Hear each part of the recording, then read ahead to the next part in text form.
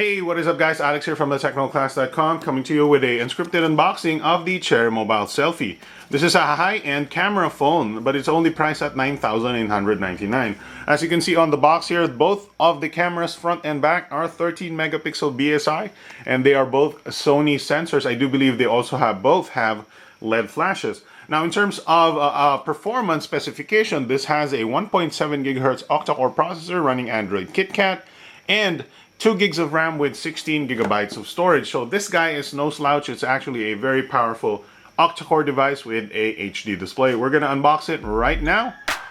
This is for all you guys who like to take the pictures. See you guys after the break.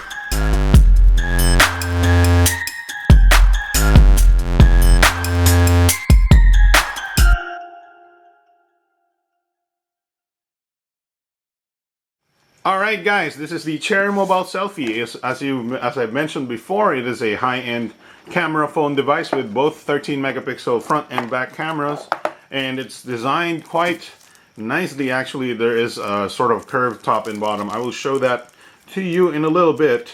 Let's get it out of the plastic, and voila, that is the Cherry Mobile Selfie. Kind of very tall. That's because the reason why is there's a very large camera sensor on the top there, and of course on the back there's a very large, look at that circle, that's a huge camera circle. It's probably a good thing because, you know, you would like a large camera module on a camera phone. The power button is on top apparently. As usual with any unscripted unboxing, we don't actually know any of the parts yet, so we are gonna be winging this unboxing. So inside here we have looks like a white headset. Nice looking headset with a metallic chrome stripe here. Alright, here we have a small travel charger with a, how many milliamp? 1000 milliamp charging speed. And inside here we have your usual micro USB cable for charging and data transfer. We have a bunch of paperwork here, and looks like we have a pin poker thing for probably your SIM slot. Some information about your Pinoy app shop and stuff like that.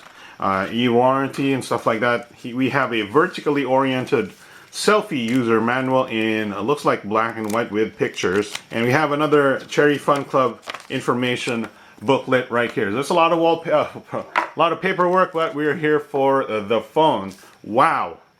I do like this design, this all black front design, and nice, very nice glass that they're using here. On the back here we have another sticker that says the metal surface of the SIM card should face the back of the phone. So when you're placing your SIM card, please insert in the direction shown in the arrow. There's another sticker removed. We'll put that over there. The camera has another sticker to protect its sensor. We're going to remove that over there. That's the camera right there. But that is a big circle. three circles on the back, just, you know, letting people know your camera means business, right? Alright, so we have the menus right now, but we will back out of that for now and look at the parts of the phone. So we have of course, the all black front here with the curved white bottom, and we have the 13 megapixel BSI Sony sensor in front. I don't know if there is a flash in front, but there should be. There is some, I noticed a little bit of cutouts of the display right here. It's probably the proximity sensor and light sensitivity sensor. And we have a speaker grill on top there in a nice sort of vertical slot. And we have the 4.7 inch display over here. That is 1280 by 720 IPS. So nice display size, and I do like this all black front. We have the capacitive buttons on the bottom, as you can see, home, menu, or probably the what I call this resense button, and the back button. That's it for the front. I do like it. There's definitely larger, you know, top and bottom bezels to accommodate for the camera, but the left and right sort of grip here, the bezels are not too thick on the left and right side, giving you a nice grip. On the bottom we have a micro USB charging port for, you know, charging and data transfer, a pinhole microphone on that white sort of edge. On the left side we have a nice metallic, probably real metal, and we have seems like a volume rocker with sort of a engraving or a texture there. On top we have a 3.5mm headphone jack and the power button. Now, one thing about the power button is most phones usually have the power button on the right side because it's easier to grip when you have a large, tall display. But you know, this is a 4.7-inch display, not too big, even though the bezels are a little bit tall. The bezels vertically have a little bit of a height to them. It's not hard to reach out there, but you know, I personally would prefer it to be on the right side. I don't think it matters that much because, you know, you do have this awesome camera button. I do like the camera button. Hopefully that is a two-stage one. I will have to check later on. But on the right side we have, of course, the metallic brushed aluminum look on the right, and looks like the micro SIM slot. I don't think the back comes off, so we're going to talk about the back now. We have a nice vertically oriented speaker grill with a bit of a sort of a indented or protruding dot. The protruding dot is there so when you place it downwards like this, the speaker will have some space so you can hear your songs and stuff. Selfie logo, a Cherry Mobile logo on the bottom right there. You can actually sort of feel that sort of printing. And here is the huge back camera. It says right there 13 megapixels, f2.0 autofocus, and there's two LED flashes left and right side, which is nice because this enables, you know, better lighting when you're taking pictures, rather than having your LED flashes all just in one side, because it evens out the lighting in between. For example, your noses will have, your left side of your nose and your right side of your nose will be lit up, and also a noise cancellation microphone on top right there. So that is the parts of the phone. We're going to go through a little bit of the menus and check out the interface before we install some apps. So we'll be right back. Alright guys, we're back and we are checking out the interface of the Cherry Mobile Selfie running Android 4.4 KitKat with, by the way, a whopping 2 gigs of RAM.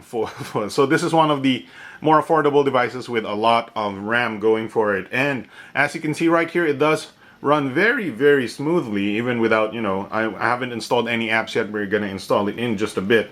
As you can see, it's running very smoothly. We are, of course, this has a 1.7 gigahertz Octa-Core processor, MediaTek 6592, if I remember correctly, and the performance is just really good. We're gonna do an Antutu test in just a bit, but as you can see, it is very smooth. You can tap this button right here. As you can see, the gallery is almost pretty much stock. A lot of the applications inside are stock. There's eWarranty though, Cherry Fun Club, and Pinoy App Shop, if I remember correctly. There you go. TouchPal keyboard is installed. And one thing I do notice is that the camera app is a little bit different. Not the stock Android Google app, but then again, the Android Google version of the camera is kind of, you know, very simple in its feature set. So that is the interface. Very smooth right now. Looks a lot like stock, which is absolutely amazing. It doesn't have the annoying start screen that, you know, Cherry Mobile devices used to have. Thank God. But yeah, it is a very smooth interface. The 4.7-inch HD display is looking really good here, and a 1.7 gigahertz processor is performing quite well. So we're gonna test that in a bit with the Antutu score and some gaming, and of course the camera. We'll be back after we install some apps. Alright guys, we're back, and as you can see, we have installed some applications and changed our wallpaper to be the best wallpaper in the world kind of wallpaper. This is the Cherry Mobile Selfie, and of course, you're probably very interested in its camera capabilities because it has the 13 megapixel sensor front and back with dual LED flashes front and back. And check out that camera module over there. That is one big camera module. So the application itself is kind of very interesting. It's not like any other camera application I've ever seen before. By default, you will see it on smart mode. Now the thing with smart mode though is that I don't think it takes full 13 megapixel shots, but it does appropriate some of the I guess automatic settings you want out of a camera. But if you want full 13 megapixels, you turn off a smart mode, and now you can change your camera settings over here. Now the thing I see here is that there's only a sort of a retouch feature here. You can set how much it retouches, and there's also a panorama mode. But the thing with this camera is I don't see anything else. Like there's no HDR, there's no something like that. Obviously you can install other camera apps that do HDR, so it's not that big a deal. Oops, it's almost slipped out of my hand. It's not that big a deal, but you know, that's kind of a something that is missing from this standard camera application. Of course, you still get video and you know, autofocus and everything works fine. I do have to say that the camera button, if you hold it from home screen, or even I do believe it also works on lock. If you hold it like this, no, I don't think it works on lock. If you press and hold the camera button, it launches the camera app. But during the camera application, when you press it, it will count down and take a picture. There is no other way for it to trigger what I call this, the trigger it immediately like you would with this guy. There you go. But you know, always pressing the camera button will trigger a countdown. Now the camera app, of course, the camera also has the 13 megapixel front camera with a LED flash. I'll just show you right now. There we go. So I do have to say that the camera application takes these pictures really quickly, but I do notice that there is this retouch menu that always pops up even if you go out of the menu. So the thing is, it sort of ruins your framing when you want to frame a shot, and this little thing right here is always popping up. But anyway, that's a minor thing. In terms of camera quality, since this is just an unboxing, I wouldn't go too much in detail, but it is kind of pretty good. Here is the sort of a regular light shot. This is a, what do you call this, during the daytime. And if you want to compare it with something like the Galaxy S5, here is the shot of the Galaxy S5. I don't know if I can, if you can see the differences too much right now. I do have to mention that, you know, this is the obviously the Galaxy S5 is a much more expensive phone, but the quality of the shot here on the daytime is pretty good. As you can see, here is another daytime shot with the back camera, and here is another shot. You know, I have a couple of, this is using the front camera. The front camera has an autofocus feature, and as you can see, here is a front-facing shot focused on my face, and since it is a autofocus camera, you know, you can get your eye in focus, but you have the background out of focus, you know, the background defocus. This is not retouched in any way. I'm just using the autofocus of the front camera.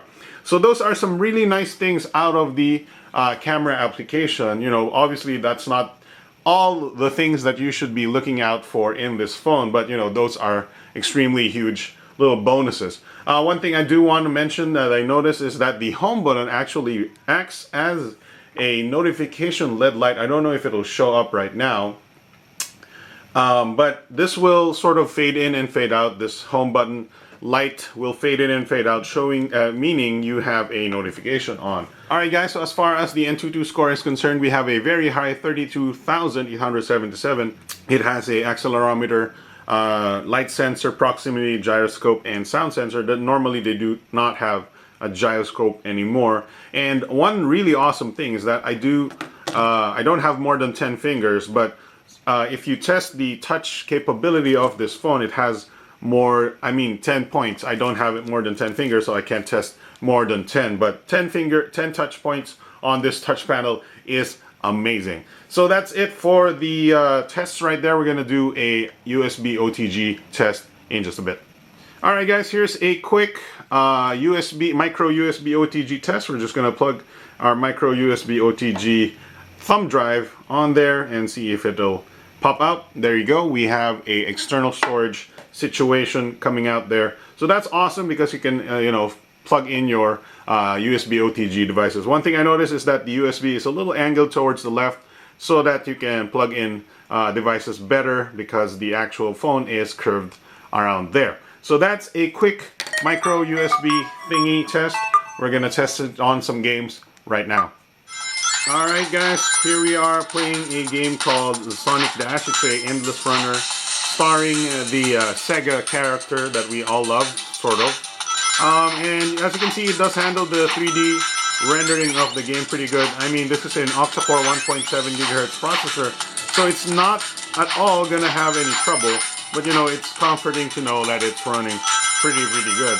One thing I do have to mention is that the volume on the speakers are very loud, and it is, even though the speakers are on the back, you know, the volume of the speakers are very good. So that's it for Sonic Dash. I'm gonna try out another game in just a bit. Alright guys, we're playing Neon Shadow. It's a 3D first-person shooter game. And as you can see, we're doing the move-ins and the shootings. The speakers are really loud on this guy. I don't know if you can hear me while I'm talking, while the game is going. But there you go. This is a, you know, not the most advanced first-person shooter out there, but you know, 3D and everything. There's a lot of stuff going on. I'm shooting some dudes, and yeah, it's handling it pretty good. I died there, but it doesn't matter. The game is running pretty good on this Cherry Mobile Selfie. Alright guys, so the last game we're gonna try out on the Cherry Mobile Selfie is this thing. This is a simulation racing game called GT Racing 2 by Gameloft, and it is a kind of a very graphically intensive game. You can see for yourself. And yeah, graphics seem to be pretty good on the Cherry Mobile Selfie. Obviously, we have 2 gigs of RAM and 1.7 gigahertz Octa-Core. So we have a lot of, you know, even the Mali 450 MP2, I believe, graphics chip. And as you can see, we are doing pretty good on the graphics frame rate, not dropping any frames if I can notice correctly. Speakers are doing pretty good as well. Gave me an achievement too. Yeah, I don't know if there are other cars that I need to overtake, but as you can see, the frame rate is pretty solid. Gameplay is very good. The tilting works fine, and yeah, that's another 3D game down, played on the Cherry Mobile Selfie. I'm gonna try to finish this race because it's probably a good race to finish. All right, we are done with the gaming tests. Alright guys, so I think that's about it for the unscripted unboxing of the Cherry Mobile Selfie. I'm quite impressed with this device. It's got a pretty decent, you know, build quality, you know, metal sides or metallic sides. Really good cameras, front and back. There's even a front-facing flash. And the autofocus on the front camera is quite nice, actually. You know, the detail is very good. The camera app could be improved, you know, with HDR, with certain improvements there. But you know, you could always you can always download new applications for your camera. It's got 2 gigs of RAM, you know, 1.7 gigahertz Octa-Core. A lot of power in this package for only $9,899. You can even expand it with micro SD. But for 10,000 bucks, this is quite an awesome package. 9,899, USB OTG capable as well. So there you go. That is the unboxing of the Cherry Mobile Selfie. Quite an awesome phone. I'm Alex from atechnoclass.com. Thanks very much for watching, and I'll see you guys next time.